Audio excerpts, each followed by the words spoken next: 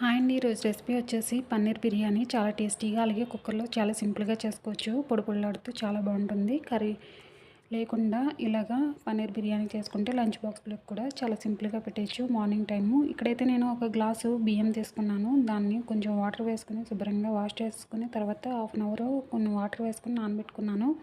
ఇలా నానబెట్టుకుని పక్కన పెట్టుకున్నాను. ఇప్పుడైతే ఒక ప్యాన్ పెట్టుకుని ఆయిల్ వేసుకుని దాంట్లోనే కొంచెం పసుపు అలాగే ఉప్పు కారం ఇక్కడ నేను కట్ చేసుకున్న పన్నీర్ ముక్కలను కూడా యాడ్ చేసుకుని ఫ్రై చేసుకోవాలి. ఇవి పీస్ అనేది కొంచెం గట్టిపడేంత వరకు లైట్గా ఫ్రై చేసుకుంటే బాగుంటుంది. వీటిని పక్కన పెట్టేసుకున్నాను. ఇక్కడైతే మసాలా కోసం ఇక్కడ నేను అల్లము వెల్లుల్లి అలాగే కొత్తిమీర పచ్చిమిర్చి టమాటాలు వీటన్నిటిని మెత్తగా ఒక మిక్సీ జార్లో వేసుకుని గ్రైండ్ చేసుకోవాలి. ఇలా మెత్తగా గ్రైండ్ చేసుకున్న పేస్ట్ని పక్కన పెట్టుకోండి. అలాగే దీంట్లోకి అయితే సింపుల్గా జీలకర్ర బిర్యానీ ఆకు అలాగే ఫ్లవరు వేసుకొని ఫ్రై చేసుకోవాలి. ఆ తర్వాత కొంచెం ఆనియన్స్ అలాగే టమాటా ముక్కలను కూడా వేసుకొని ఫ్రై చేసుకోవాలి. ఇవి లైట్గా ఫ్రై అయిన తర్వాత కొంచెం కలర్ మారిన తర్వాత ఇప్పుడు మనం పేస్ట్ చేసి పక్కన పెట్టుకున్నాం కదా మసాలా, వాటిని అంతటిని వేసేసుకోవాలి. ఇది అలాగే పన్నీర్ ముక్కలను కూడా వేసుకుంటే మనకి వాటికి బాగా బట్టి మసాలా చాలా టేస్టీగా ఉంటుంది ముక్క అనేది. వీటన్నిటిని ఒకసారి బాగా ఫ్రై చేసుకోవాలి. ఇలా నానబెట్టుకున్న పక్కన రైస్ ఉంది కదా, ఇది ఇలా కొంచెం ఉడికిన తర్వాత ఇప్పుడు దీంట్లోని రైస్ అనేది యాడ్ చేసేసుకుని ఒకసారి మొత్తం అంతా కలిపేసుకోండి. బాగాని కలుపుకుంటే మనకి రైస్ కూడా పడుతుంది మసాలా అంతా. ఇప్పుడు దీంట్లో సరిపడగా సాల్ట్ అలాగే వాటర్ని కూడా యాడ్ చేసుకోవాలి. ఇక్కడైతే 1.5 గ్లాస్ వాటర్ వేసుకొని మొత్తం అంతా ఒకసారి బాగా కలిపేసుకుని సాల్ట్ అన్నీ రుచికి తగ్గట్టు సరిపోయినాయో లేదో చూసుకుని ఇప్పుడు కుక్కర్కి విజిల్ అనేది పెట్టుకుని 2 విజిల్స్ వచ్చేంత వరకు ఉడికించుకోవాలి. అంతేండి, చాలా టేస్టీ అయిన పన్నీర్ కర్రీ. దీన్ని రైతాతో సర్వ్ చేసుకుంటే చాలా టేస్టీగా ఉంటుంది. మీరు కూడా తప్పకుండా ట్రై చేసి ఎలా వచ్చిందో ఫీడ్బ్యాక్ ఇవ్వండి. ఇప్పుడు నేనైతే ఇంకో రెసిపీ చూపించబోతున్నాను.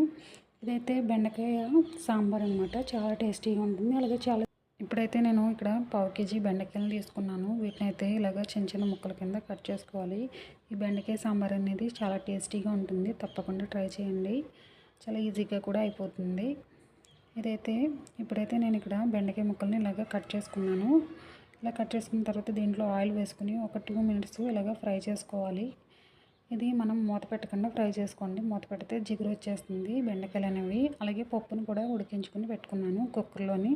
ఇప్పుడు దీంట్లోని పచ్చిమిర్చి అలాగే ఆనియన్స్ బెండకాయ ముక్కలు మనం ఫ్రై చేసి పక్కన పెట్టుకున్నాం కదా, వాటిని కూడా యాడ్ చేసేసుకోవాలి. వీటన్నిటిని వేసుకున్న తర్వాత ఒక గ్లాసు వాటర్ వేసుకుని వీటిని కొంచెం ఉడికించుకోవాలి. ఈ బెండకాయ ముక్కలు అలాగే పచ్చిమిర్చి ఉల్లిపాయలు ఇవన్నీ పప్పుతో పాటు ఉడికితే టేస్ట్ అనేది బాగుంటుంది. ఆ తర్వాత కాసేపు ఉడికిన తర్వాత దీంట్లోనే చింతపండు రసం కూడా యాడ్ చేసేసుకోండి. తగినంత పులుపు తగ్గట్టు యాడ్ చేసుకోండి. అలాగే దీంట్లో కొంచెం ఉప్పు కారం అలాగే సాంబార్ పొడి అన్నిటినీ యాడ్ చేసుకొని ఒకసారి బాగా మరిగించుకోవాలి. ఒకసారి బాగా కలుపుకొని ఇది ఎంత మరిగితే అంత బాగుంటుంది ముక్క అనేది మనకి. దీంట్లో ఇప్పుడు ఒక గ్లాసు వాటర్ని యాడ్ చేసుకుని మెత్తగా ఉడికించుకోవాలి బెండకాయ ముక్కలు అన్నీని. వీటన్నిటిని బాగా మరిగించుకుంటే టేస్ట్ అనేది బాగుంటుంది. ఇలాగా మనం సిమ్లో పెట్టుకుని మరిగించుకోండి. దీంట్లో కరివేపాకు కూడా యాడ్ చేసుకోవాలి. దీనికి పోపు అయితే పెట్టుకోవాలి. కొంచెం ఆయిల్ వేసుకుని దాంట్లోని జీలకర్ర అలాగే ఆవాలు ఎండుమిర్చి వెల్లుల్లి రెబ్బలు కరివేపాకు అన్నీ యాడ్ చేసుకుని ఒకసారి బాగా కలిపేసుకుని పోపు అనేది సాంబార్లో కలిపేసుకోండి. చాలా టేస్టీగా ఉంటుంది. మీరు కూడా తప్పకుండా ట్రై చేసి ఎలా వచ్చిందో ఫీడ్బ్యాక్ ఇవ్వండి. అంతే అండి, చాలా సింపుల్గా 2 వెరైటీస్ రెసిపీస్ మీకు చూపించాను కదా. మీకు నచ్చినట్లయితే ఒక లైక్ కూడా చేయండి ఫ్రెండ్స్. Thanks for watching.